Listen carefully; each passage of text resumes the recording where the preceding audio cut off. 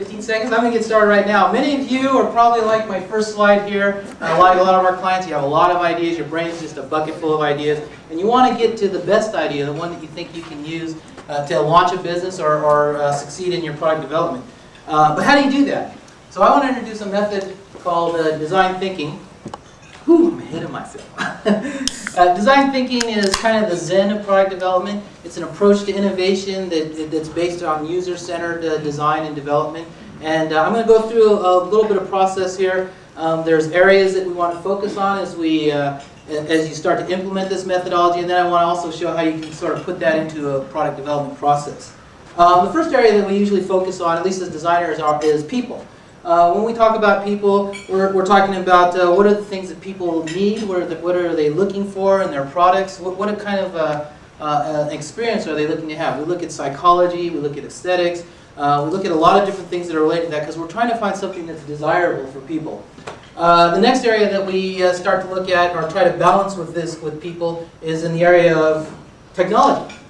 And classical technological R&D is typically where you've got some technology and you want to know what you can do with it.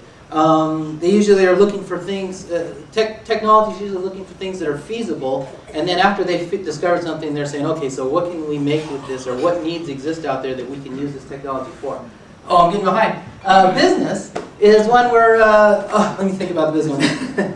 This area they're usually thinking that we've got this right now, and how can we leverage this to start into a whole new product?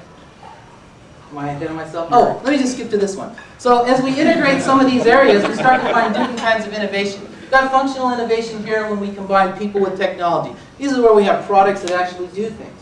When we combine, I think the next one is business and technology.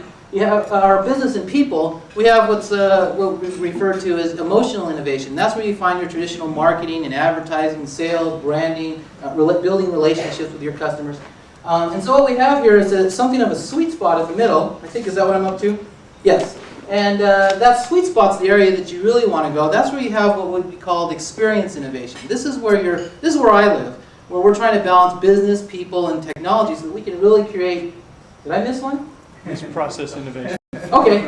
I thought it. Now you're on to this one. Okay. And now this one. We're with experience technology. And I want to point out something here. So now you know that you have to balance these three things, but how do you do that? So I'm going to give you a quick little tool here that involves envisioning, experimenting, and then evaluating it. And you see I got a little thingy here. And we do this throughout the process. We try to, every idea, every task, throughout the entire process, we try to implement this little circle of evaluating our ideas. So really quick, I'll show you an overview of a process. Development processes vary from company to company, and there's a wide range of different ones. But they could be kind of classified as explore, embody, and empower. All these, E is a great letter to use. And as we go through this process, you'll notice that there's this little decision circle, evaluation circle, all throughout, kind of sprinkled out randomly. Not really randomly, but as needed. So in the explore stage, we're looking at researching users, benchmarking competitive products, looking at analogous products out there, seeing what's already existing, and also we start sketching and ideating and just coming up with some initial ideas. I think we also start doing a lot of human factors research, and as we start to flow into the next one where we embody the idea, we've taken some of the ones that we think are the best here, a lot of the research we developed, and we start to create what we think that product really will be. As we do that, we do models, we do sketches, we do drawings, we do storyboarding of what the product, how the user will flow through that sequence, and that way we can help define what the features need to be. Cardboard is a great material for prototyping because it's so cheap and easy, and it gives you something tangible to hold in your hands. As we get towards the end of embodying, we got CAD models of things, and we start getting prototypes made, SLAs and rapid prototypes, and things that will really start to communicate what the final design is. And then we go into empower.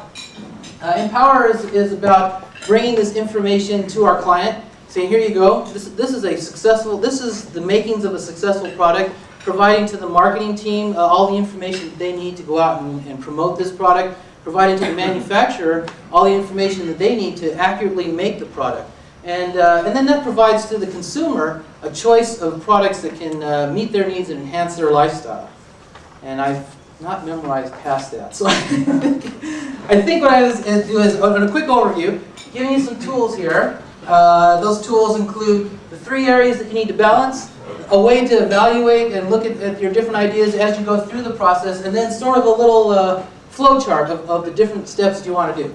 Obviously, a lot of stuff, but if you really wanted to do this, my first set of 20 slides was probably simplest of all, which was just hire a rocket ship, because you don't really want to try to learn all this stuff and do it all by yourself.